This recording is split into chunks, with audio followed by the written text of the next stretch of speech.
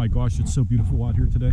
The air's warm, the sun is crisp, and it's just so nice to just sit here and talk with you guys again, even though this is kind of a boring message, but I think it's an important one. I hope it resounds.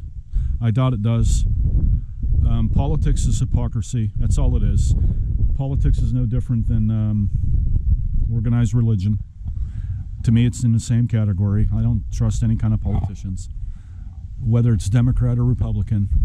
But I do know that what I have to say is important. Whoever gets elected today, you have been elected by the people to perform a duty.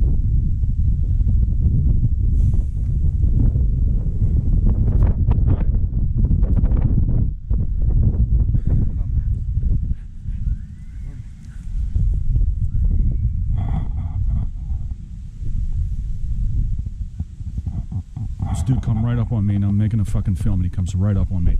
Do you know how many people do this? I'm just going to leave it in. I'm not even going to edit it out. It pisses me off. I could be in the woods by myself, and somebody would come and say hello to me. Anyway, you've been elected to perform a service. I don't care if it's Democrat, Republican, Communist, Socialist. You're all cocksuckers. You're all part of the same hypocrisy. I do believe that most politicians are in it for their own incentive. I don't believe that they have ever secured or procured the interests of the people, and a lot of history proves me right. I get sick of politics. I hate it. I dislike it more than I dislike pretty much anything.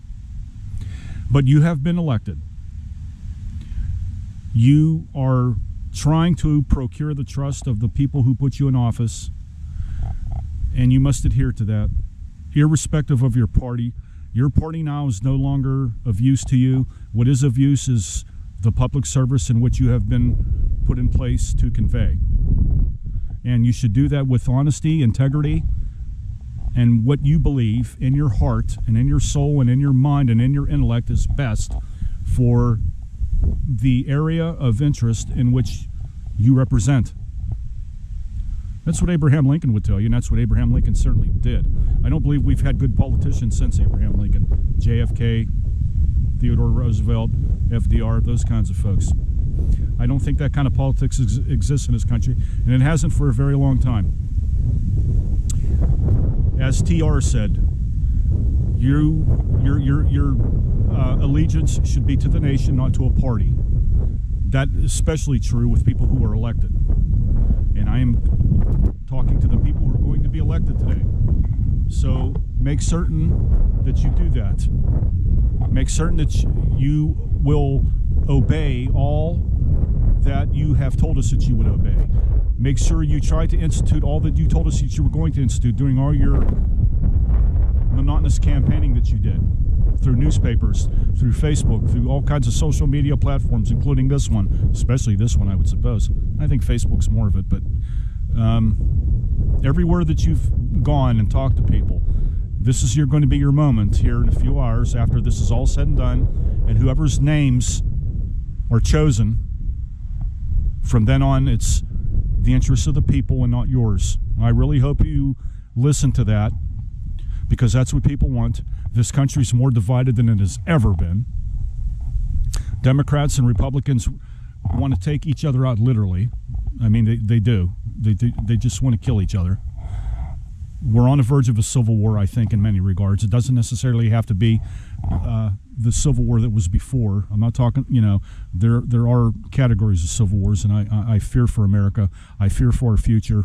I fear for the people that we elect. There's just so much corruption and controversy everywhere I look. Like I said, I think politics is right up there with organized religion. It's just, they're all part of the same hypocrisy. Nobody trusts you. Nobody really cares. Half of the people don't come out and vote like they used to. That should tell you something. We're in dire need of reform. We are in dire need of people who have integrity and honesty and represent the interests of the people. I don't know how many times I need to say it. So I'm going to quit saying it, and I'm going to wish you well. I hope that you adhere to the promises that you made in all your bullshit that you've been spewing now for the past year and a half through your campaigning, and all the money that you've wasted. We could do so much more with that money. All the donations that you received from very wealthy people who have their faith in you, even if it is an interest other than what they claim. You owe a lot to us. You owe big time. And if you don't perform, you should be ousted and never be able to involve yourself in politics again. That's what I think. And I don't think you're entitled to pensions. You are a public servant of the people. You haven't earned that right compared to the people who worked 30, 40 years to get a pension. You're just here to represent us. You need to remember that. We are the power, not you.